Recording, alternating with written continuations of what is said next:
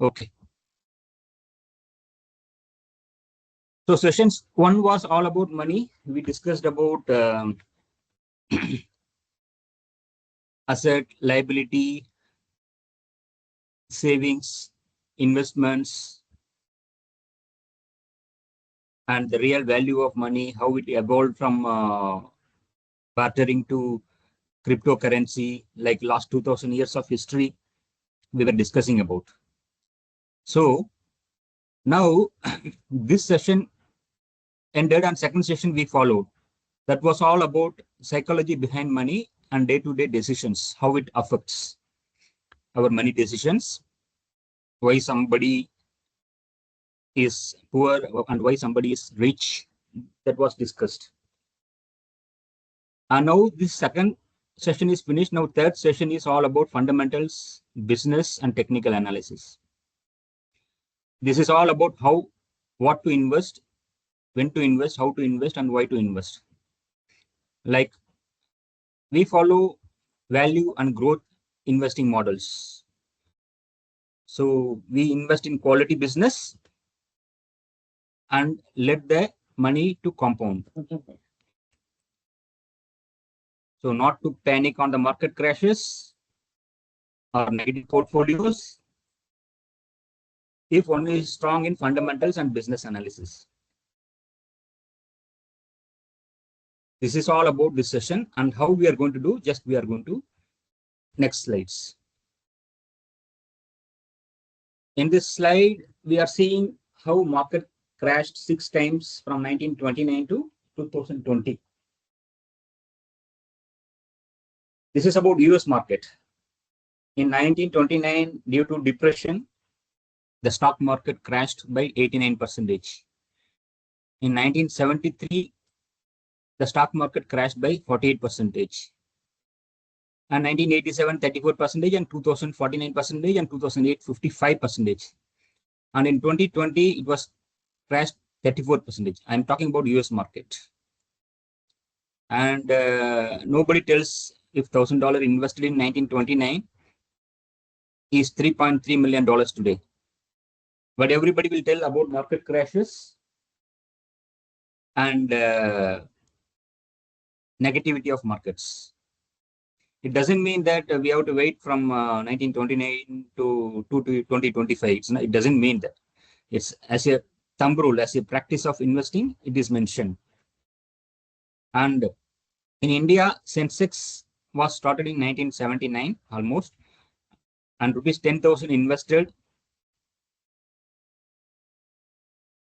or even rupees 100 invested would have become almost 2.5 crores. Rupees 100 multiplying into 2.5 crores. That is 2024 to 1979. This period, it has grown 73,000. That is 730x. 730 times it has grown. So with reinvested dividends, even our money has grown to 730x. Because in baseline 1979 it was 100, and now it is almost in 2025 it is almost 80,000 crossed. So even whatever we invested, like 10,000 rupees is now like 2.5 to 3 crores. 10,000 rupees in 1979 to 2024-25. 730 times it has grown. That is shown as 730x.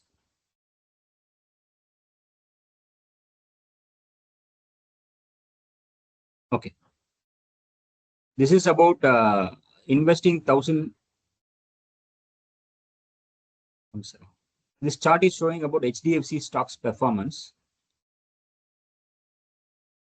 from ever since last 30 years growth.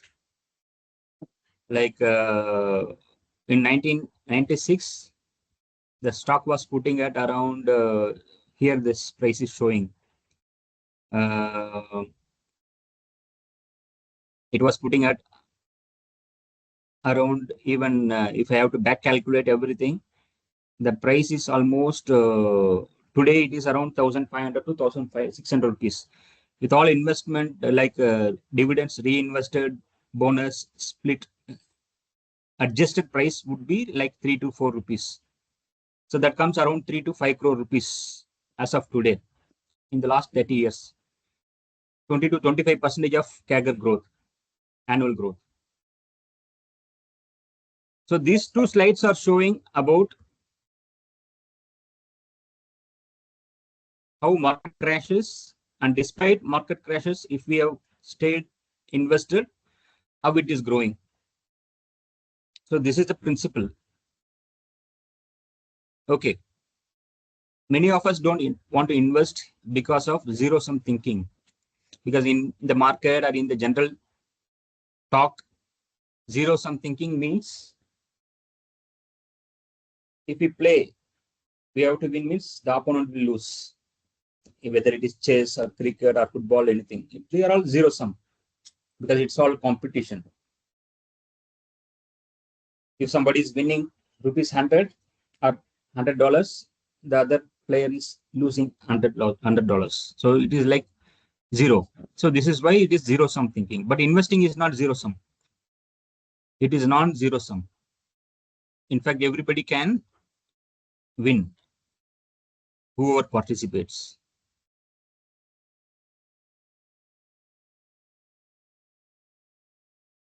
The zero sum and the non-zero sum thinking. In the markets, zero sum is one trader's gain is another trader's loss. Whereas in non-zero sum thinking, markets grow, wealth can be expanding. Long-term investing creates value. Because zero-sum thinking is survival mode and scarcity mindset. I win, the opponent lose. Whereas in non-zero-sum thinking, I win, the opponent also winning. Because it's all about collaboration plus conscious level. It's resulting in growth. The outcome is like in zero-sum thinking, stress, jealousy, competition, because everybody is in survival mode. Whereas in non-zero-sum thinking, it's wealth creation, peace, happiness, joy, because it's all collaboration. It's win-win, not win-lose.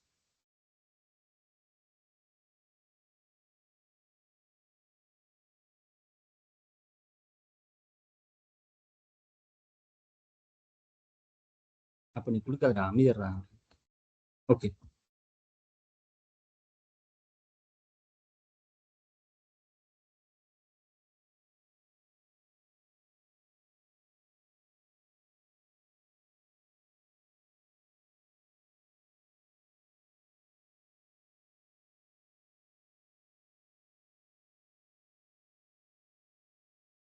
Okay, I was muted, so no problem. Okay, I will unmute again. If any problem is there, just put a comment so that I will be able to look at it.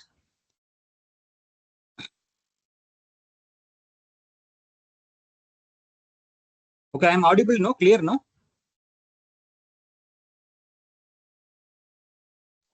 Yes, sir, you are audible. Okay, okay, thank you.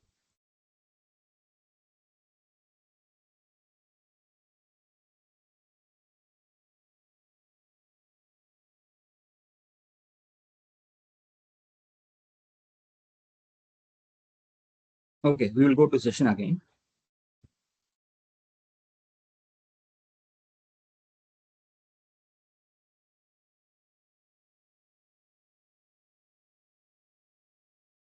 So the market is having both mix, zero-sum thinking and non-zero-sum thinking. Like if you are interested in futures, options, day trading, it's all about if I win, somebody else will lose.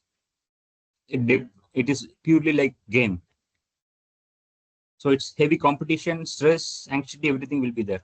Whereas in non-zero-sum thinking, like long-term investing, business growth, compounding, everybody wins. Whoever is staying put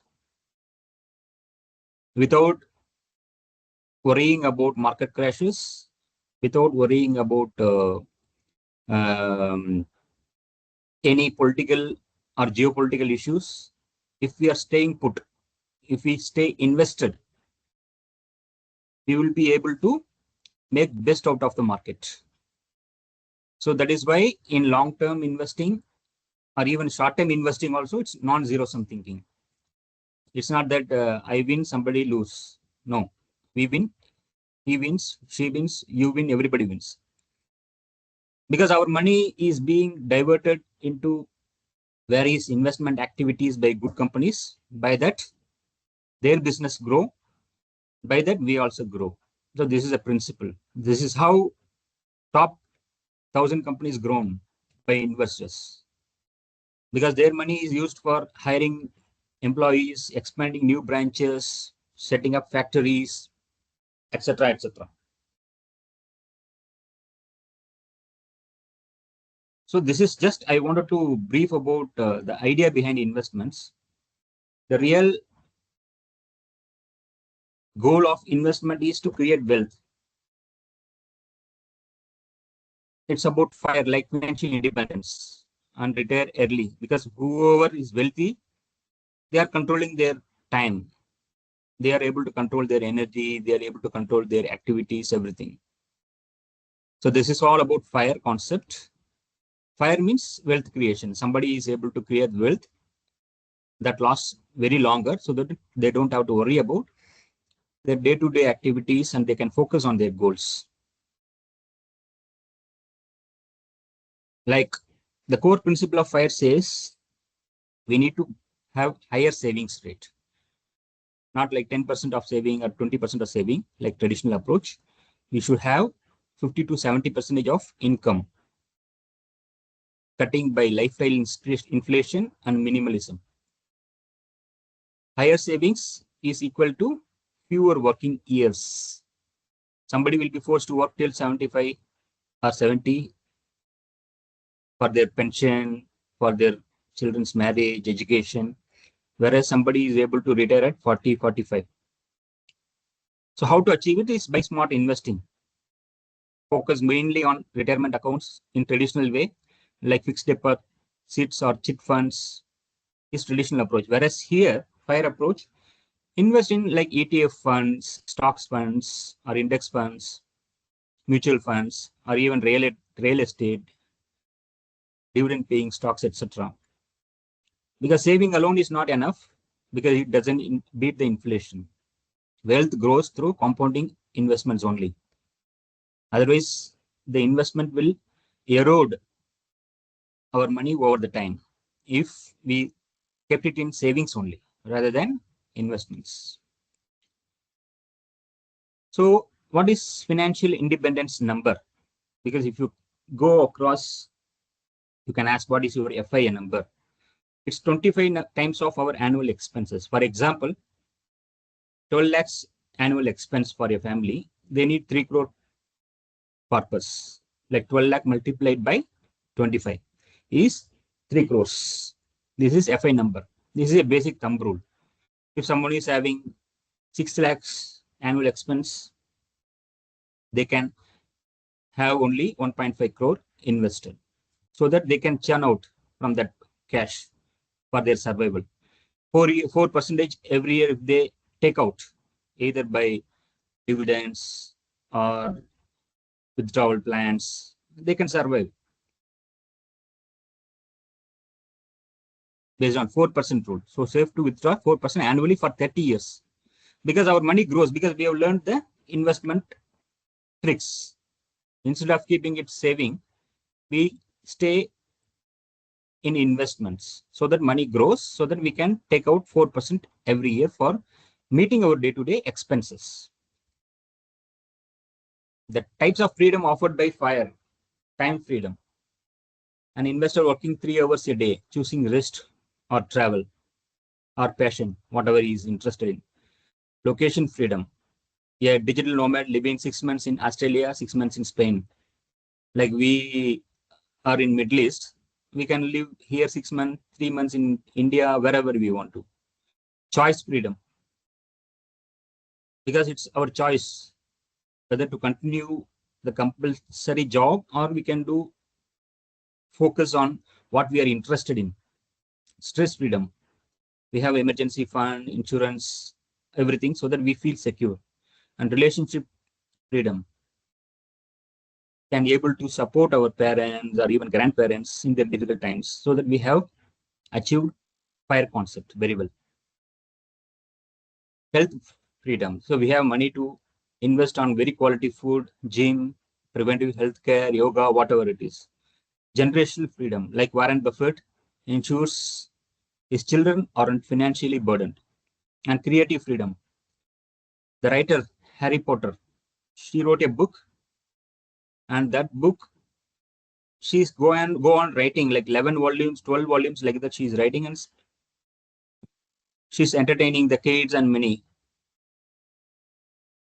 Creative freedom, that is creative freedom. And philanthropic freedom is just somebody is spending time on social works, whatever they are interested. So this is all about FIRE and its concepts. Now we will just have a brief about psychology of market cycle. We are always seeing, because most of us here are basic and even intermediate level, so we know how market works. This is like disbelief in the market. When the market is in negative mode, it's in disbelief, and then there is a hope, it's moving towards hope, and then optimism, and then belief, and then thrill, euphoria, and then again it falls, complacency, anxiety, denial, panic, anger, depression, and disbelief. So this is the cycle goes on happening. See here, it started with disbelief and it is ending with disbelief again. Disbelief, again disbelief, again it will go euphoria. So this is a cycle. It's about psychology of market. It's all decided by the people only, the investors' sentiments. Either they buy or they sell by various reasons. And there are multiple cycles like economy cycle, business cycle, market cycle, etc., etc. So this is all shown here. The economy cycle means the country's growth, whether it is contracting or expanding.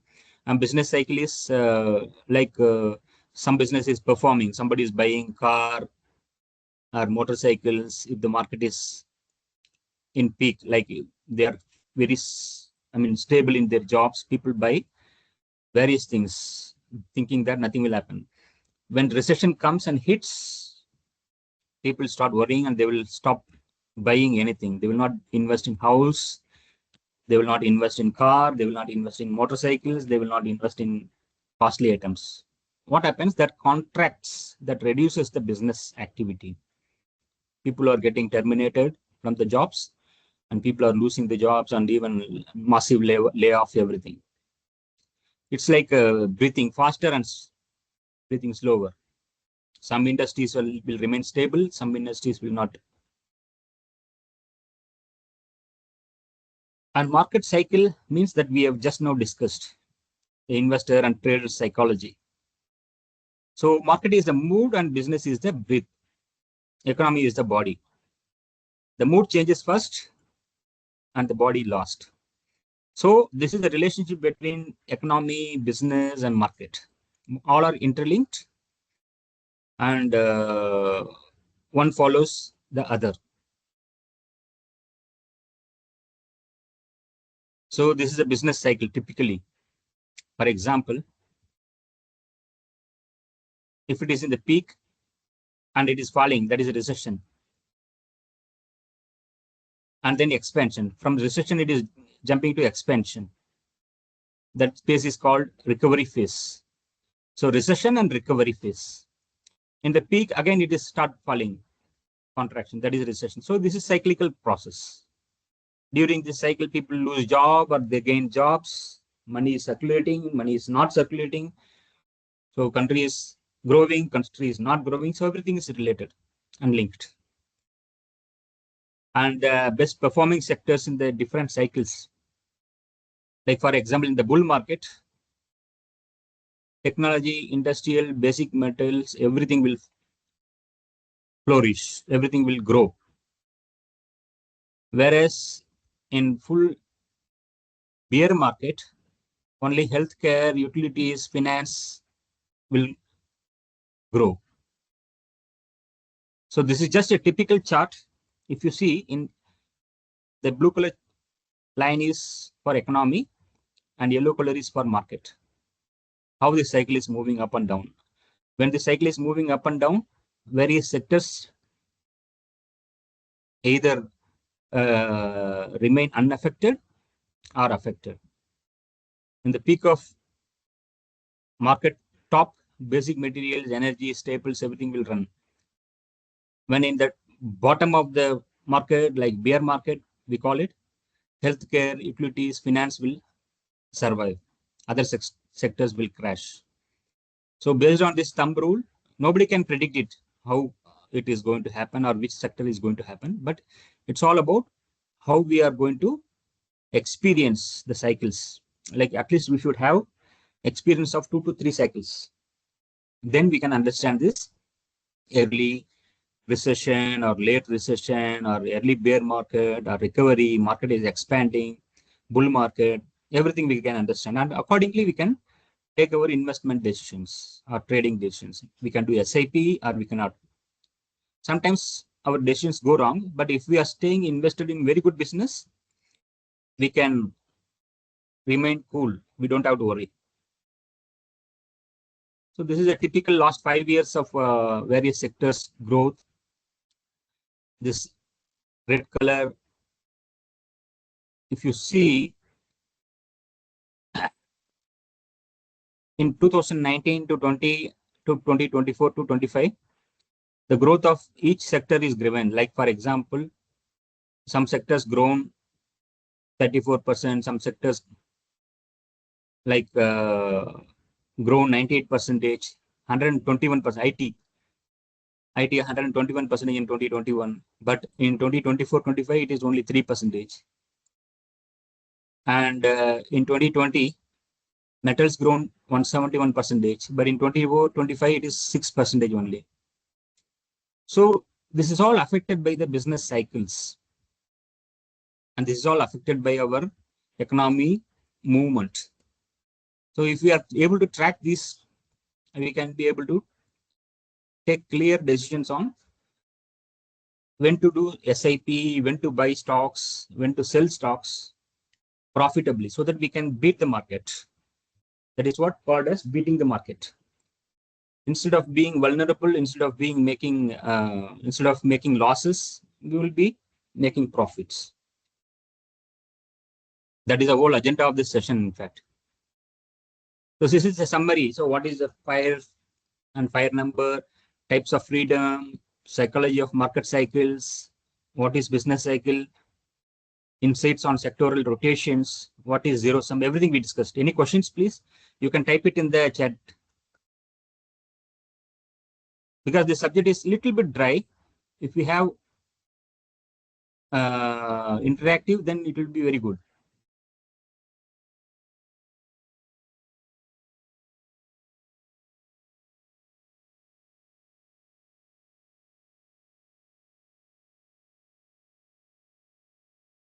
Any questions?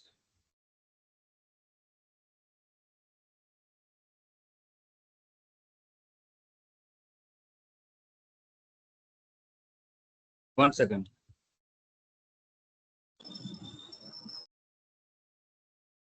One second. I will unmute you. Okay. One second. I will check the chat box because I'm not.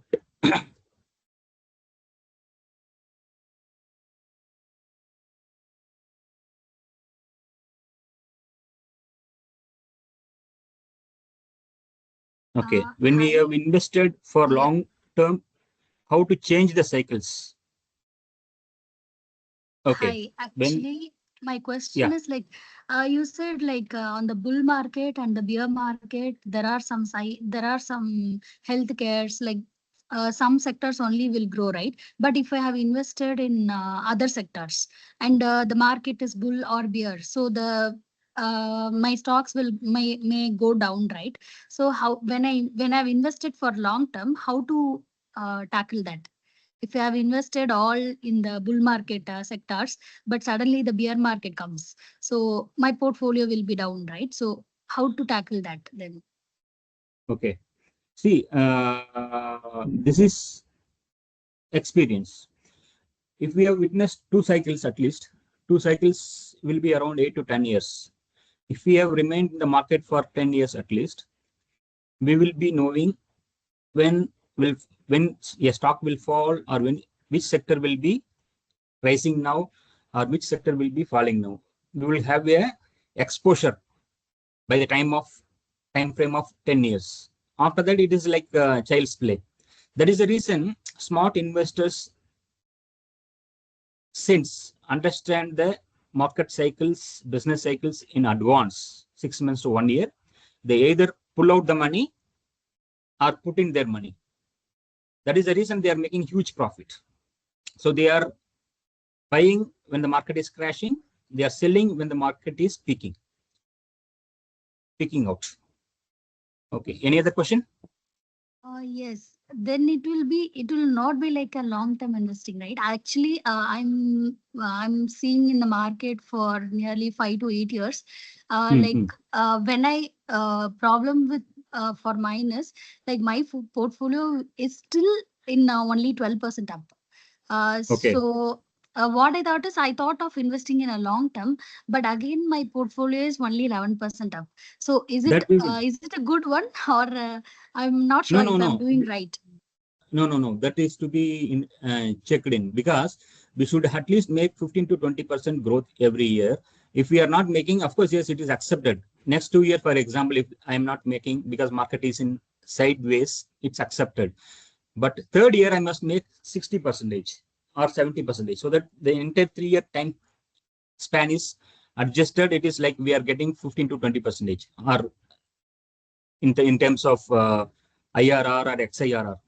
If we are not able to get better than 15 to 20%, we need to check. Either we are not doing SIP during market crashes. For example, we bought a stock at rupees 100, but that stock fell to 50. But we just watching it with anxiety or stress, but we are not adding it at the time of it is reaching 50. So this is the reason we are not able to see profit in the portfolio. Could be the one of the reason. Or we have invested in some stocks that is not going to grow for 5 years. Take the example of Dabur. It is not growing last 4 years. Even HDFC Bank. There are so many stocks. It doesn't mean that it will not grow. Even ITC didn't grow for 10 years. It was staying like 2014 to 2024. It was almost given very less growth, but it was giving dividend. So the point is, we have to check which stock we have invested. So whether we have to adjust it or not. Adjusting in the sense reducing the stake or increasing the stake. Long-term investment doesn't mean we should buy and forget it and we watch it to grow. It's not like that. We have to adjust the portfolio yearly once at least. Then it will grow. Okay. We have to adjust. Yeah, we have to adjust in the way that where it is missing, like whether my stocks are wrong or whether my stocks are right. Maybe if I'm holding 25 stocks in my portfolio, maybe 5 stocks are not moving at all for 4 years, 5 years. We can ignore. But 20 stocks may be moving in the last 4 years. It has given like 300% growth. So that will help the portfolio to grow. But we have to see we are investing in the right stocks. There are some bad stocks that will not grow even 10 years. That we have to check. So that's all. We will see everything one by one.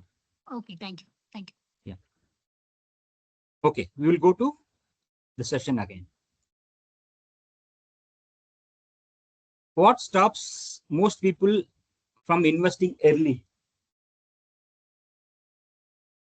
Can anyone comment?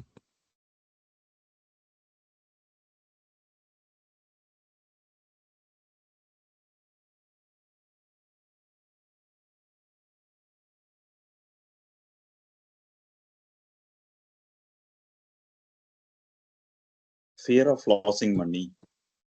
Correct. Fear. Fear of failure is a main root cause. Okay. Fear and no knowledge, experience, all the above. We think the stock price may go on or down more. Correct.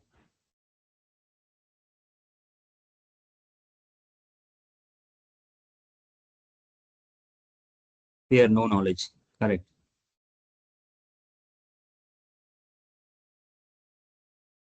Okay. Fine.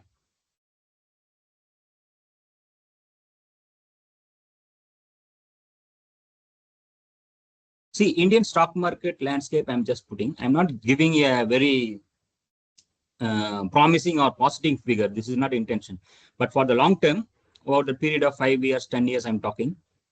So long term is always 10 years, not like 1 year or 2 years.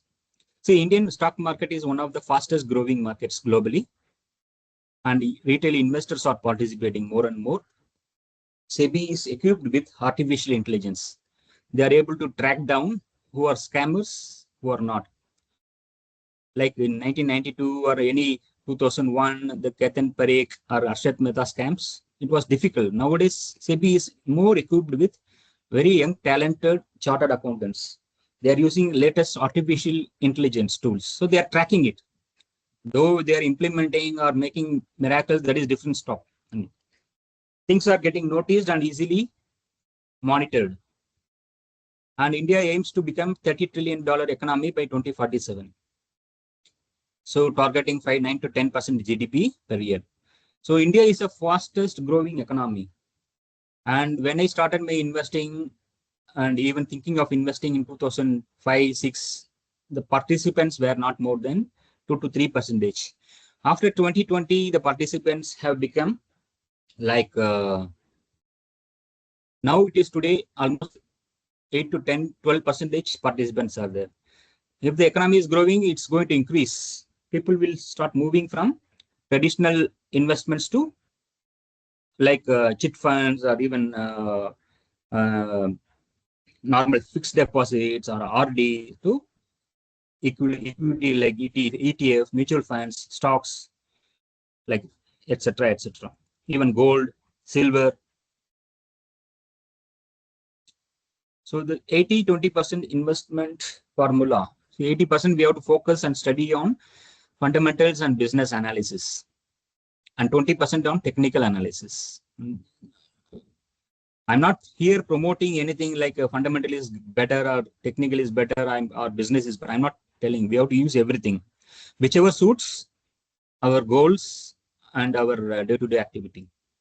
Because fundamental analysis will help identify quality business, evaluating the factors that affect price of particular stock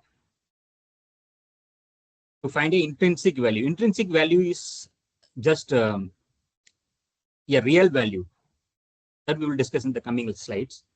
Technical analysis is statistical method to find entry and exit of a particular stock, predicting any patterns, future price movements by past data. See, these things you would have seen IRR, XIRR, CAGR, everything. So regular SIP, if somebody is doing for 10 years, monthly 1,000 rupees, every month, 12 months, multiplied by 10 years, 120 months, if they are putting 1,000 rupees or 10,000 rupees, that is a regular SIP. And IRR is easy to calculate. Standard is intermediate. And XIRR, it's a real life example because people are doing irregular SIP. This month they are putting 10,000, next month they are putting 20,000. And next month, they are putting 40,000. Systematic investment plans. Again, there is a gap of nothing.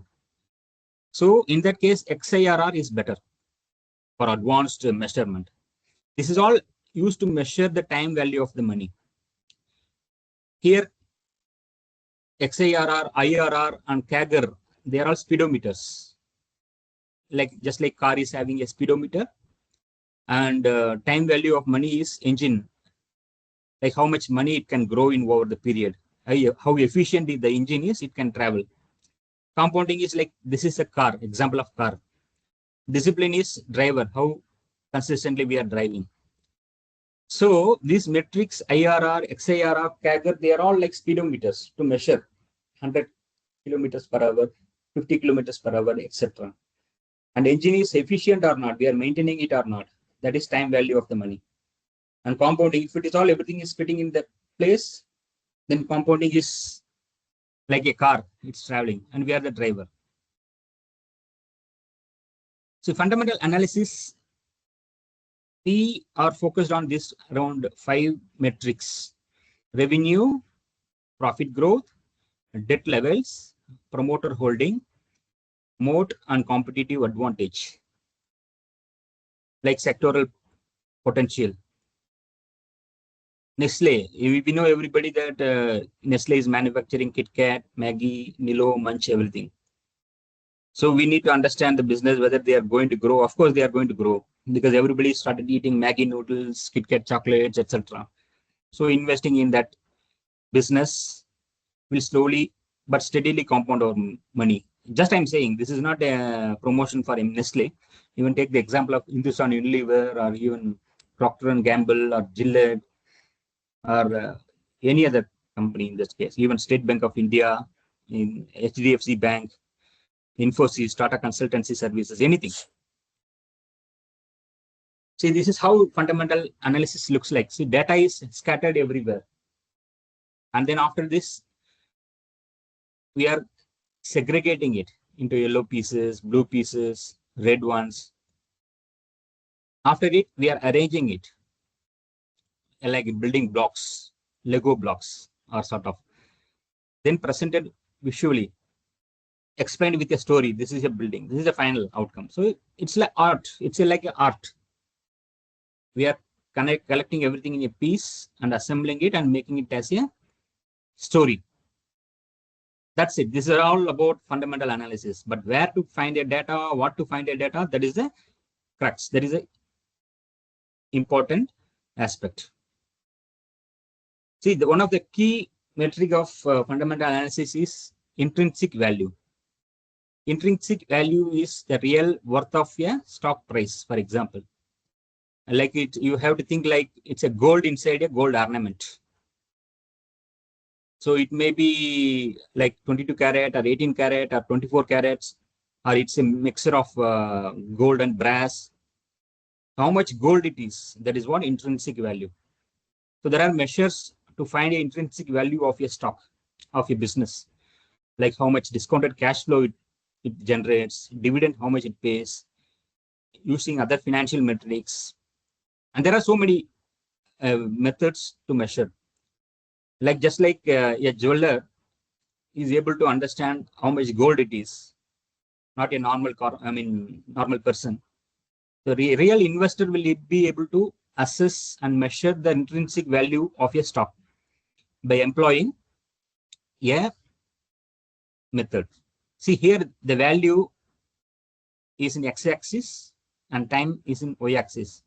There are phases where it is overpriced, above the intrinsic value, and underpriced, below the intrinsic value. So we need to see, and we can easily buy when the stock is underpriced. Just like Warren Buffett bought some basic investments in Japan, when the market is very negative and sort of gone market, super saturated. I mean, it's not moving at all, it's dead. So he invested. So he's expert of buying a underpriced business. For example, we are buying a tea shop. That tea shop is like 100,000 rupees. But when buyer is, when the seller is saying, I'm ready to give it 50,000 rupees because I need money, so he will buy. Not when the seller is saying, I will sell only at the rate of 2 lakh rupees. So when he is saying very cheap, so it will be bought. So that is the intrinsic value. So we need to know what is the real value of the tea shop, for example. This is all about intrinsic value. So how to measure intrinsic value? There are tools we will discuss. These are all the metrics used in selecting stocks fundamentally. Market cap, current price, we know, EPS, P ratio. The yellow highlighted one only we will see now. I will not go in detail because that will be very dense. So ROCE, dividend yield, ROE, face value, sales, OPM. They're all very critical fundamental tools. See, debt to equity ratio, EPS, PEG ratio. They're all very, very important ratios one can understand the formulas. Otherwise, they can use screener like StockEdge, Trendline. There are websites. I will walk you all through. So this is the sales growth. Like what is sales growth, profit growth in percentage, what is Graham number. They're all used to measure the stock's fundamental value. So these are all the website I was talking about. Screener.in, Trendline.com, Tickertape.com, and many. So we will go with Screener now.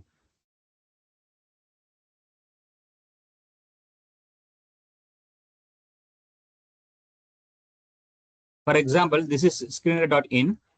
Now I will, once I opened it, I have already logged in now. I will just log out and re-log in for you all. See, I'm logging in now. It is asking my user ID password. I usually log in using Google. See, this is about like there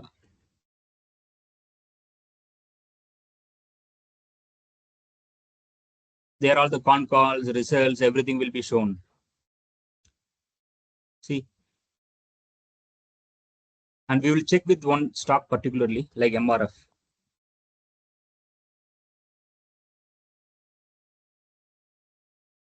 See, MRF stock is now 155,000, like 1,55,000 rupees. Market cap is 65,000 crores. Current price is this, and high year 52 weeks high is 1,60,000 and 1 lakh. They are all basic. We know stock P. Most of us know stock P. It's valuation metric, whether the stock is cheap or costly, because it should be always around 20 or 25 is also okay. But some stocks, they will put at 50, 40. So we have to monitor that. This is book value. Book value is like asset minus liability. That is book value, because all the assets of the company minus liabilities. So that when the company is, for example, about to be closed, so based on the book value, it will be distributed to the investors.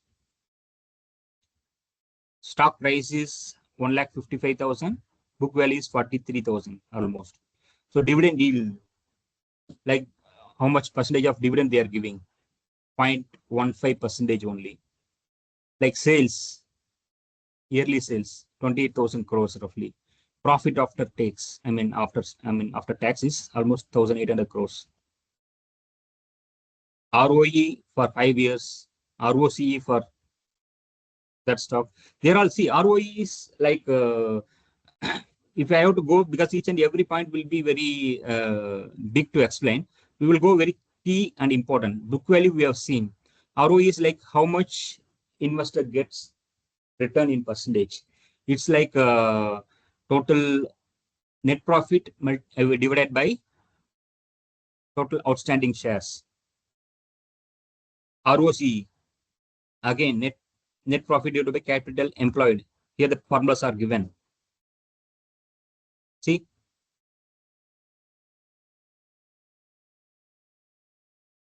ROE is net profit divided by shareholders' equity. For example, net profit is 100 crore and shareholders' equity is almost 500 crore. 100 divided by 500 multiplied to percentage.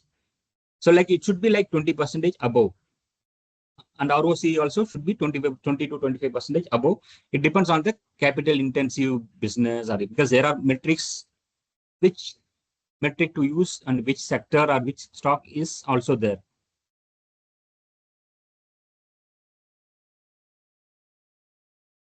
See, profit growth we have to see. First of all, when we open this screener, we have to see the basics like market cap, stock price, here also, and then high and low. Okay, what is the P value, book value, dividend they are paying or not, what is ROCE, return on the capital employed, because we have seen just the like profit divided by capital employed. How much ROCE? It should be like 20% is always good. ROE, whether it is 10% or 20%, because see, it all depends. Sometimes they are 10%, sometimes there will be 25% because profit increased, so ROE increased. Face value, okay. Sales, yes. Number of equity shares, see, 0.42. This is very important because MRF has only illiquid stocks, like very low float. Whereas I will show you one more stock so that you can easily understand.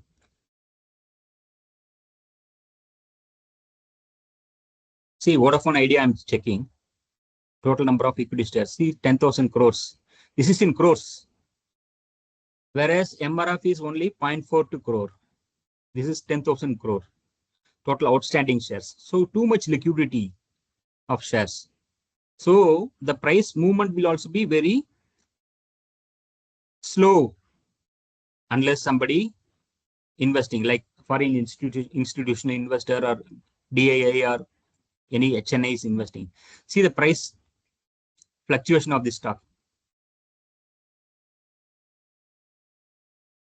See the peak, see the bottom, like 130,000, like 1,30,000, and peak was 1,40,000. Again, it went to 1,50,000. Again, it came to 1,30,000. Again, it went to 1.53 lakhs. See, this is the reason of low free float, total outstanding shares. And if we see other stocks, volatile stocks, again, it will be there, but some stocks will not be volatile. I will show you.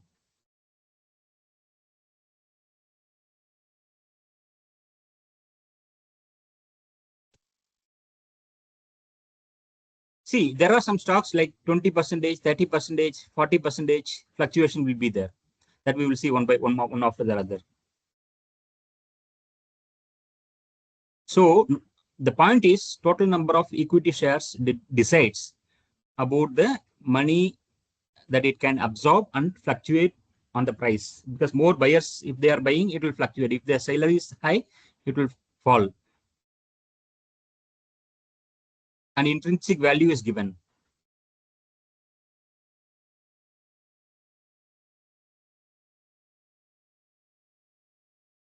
CWP, capital work in progress. Quick ratio. EV to EBITDA. ROE of 10 years, ROE of 5 years. See these formulas, there are more return over investment. See ROIC, current market price to free cash flow. Dividend payout. Dividend payout is like net profit divided by their dividend. For example, net profit is 100 crore and they paid around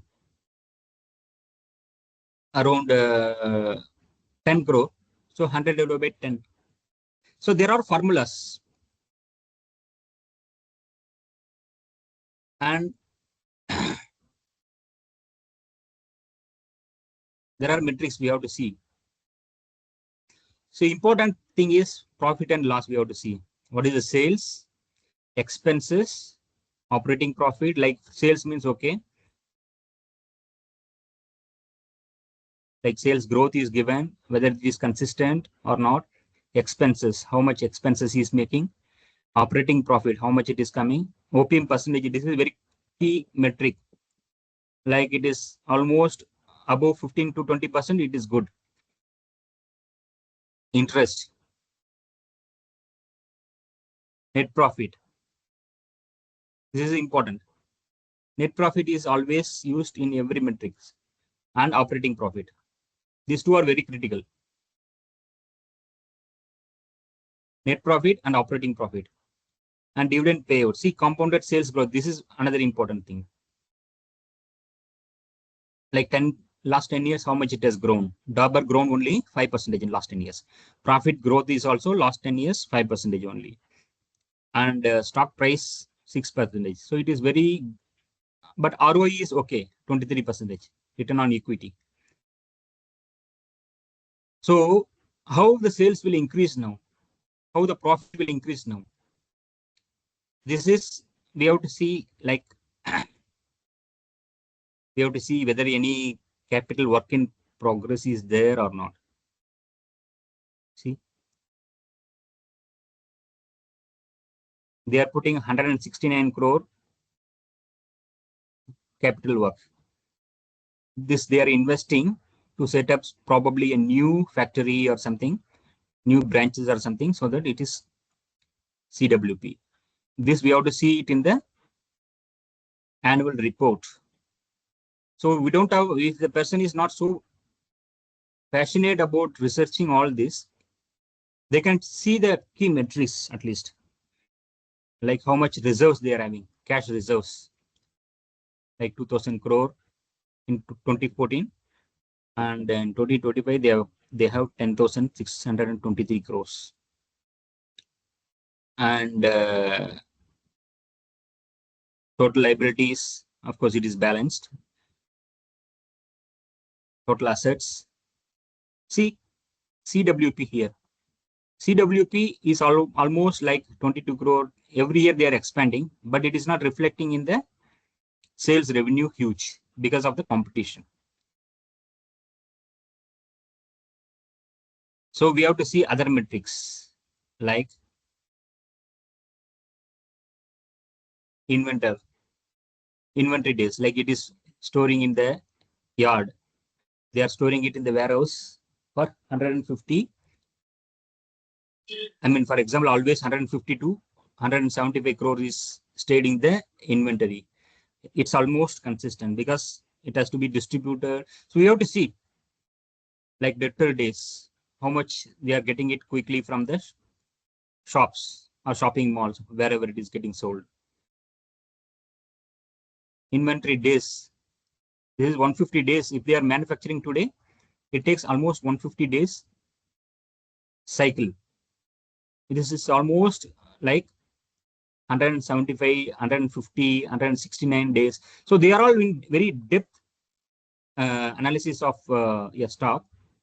We have to see critically like promoters, foreign institutional investors, domestic institutional investors, government, anybody's holding, how much percentage of public. See, public is only 6% holding in this stock. And despite profit is 10%, sales is at 10%, and stock price is also not grown more than some percentage. See, stock price is last 10 years only 6%.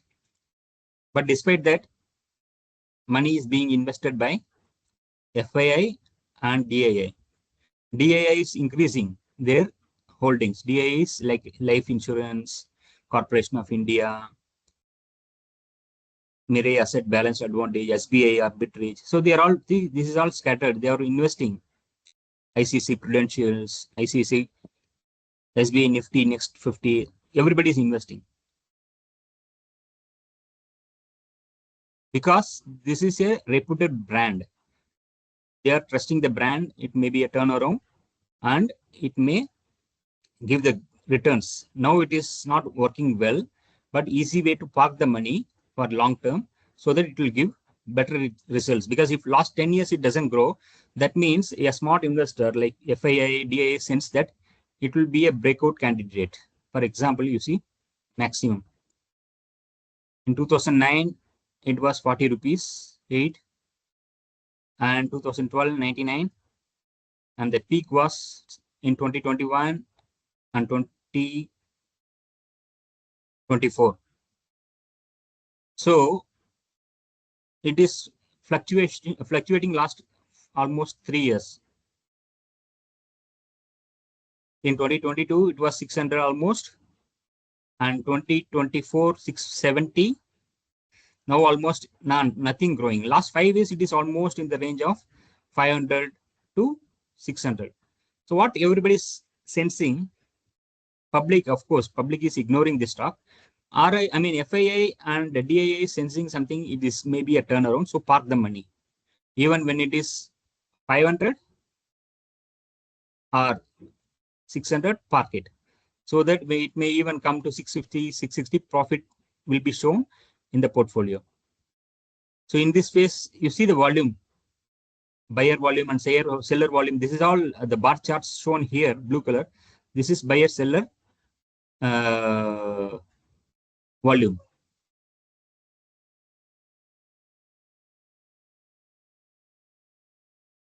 So this is peer comparison. So what is the Dabur India price now? 489 rupees. P ratio 48, still expensive. It's not value buy. It should be like 20 or 25 PE. Because industry PE is 15.2, it's okay. Then it is accepted. See, Godrej consumer is 60 PE. Industry PE is 52 only. So we have to see the OPM percentage, debt to equity. Debt means how much debts they are having. It should be almost less than 1%. ROE should be 20% and above. See, Colgate Palmolive, it's 82% ROE. And Gillette, it is like to 42%. Imami, 31%. And dividend yields, if we are invested 100 rupees, 1.33 rupees is a dividend yield, for example, percentage wise. 1.63 means out of 100, 1.63 rupees will be a dividend. Colgate Palmolive, same, 2.29 rupees out of 100 rupees dividend. So we have to choose according to the P ratio, industry PE, debt to equity, ROE percentage, promoter is holding it or not. If it is very reputed company, ITC promoter holding is 0. HDFC Bank promoter holding is 0. So like that it is. And PEG ratio, PEG, is like P ratio divided by EPS growth percentage. So they are all like fundamental tools.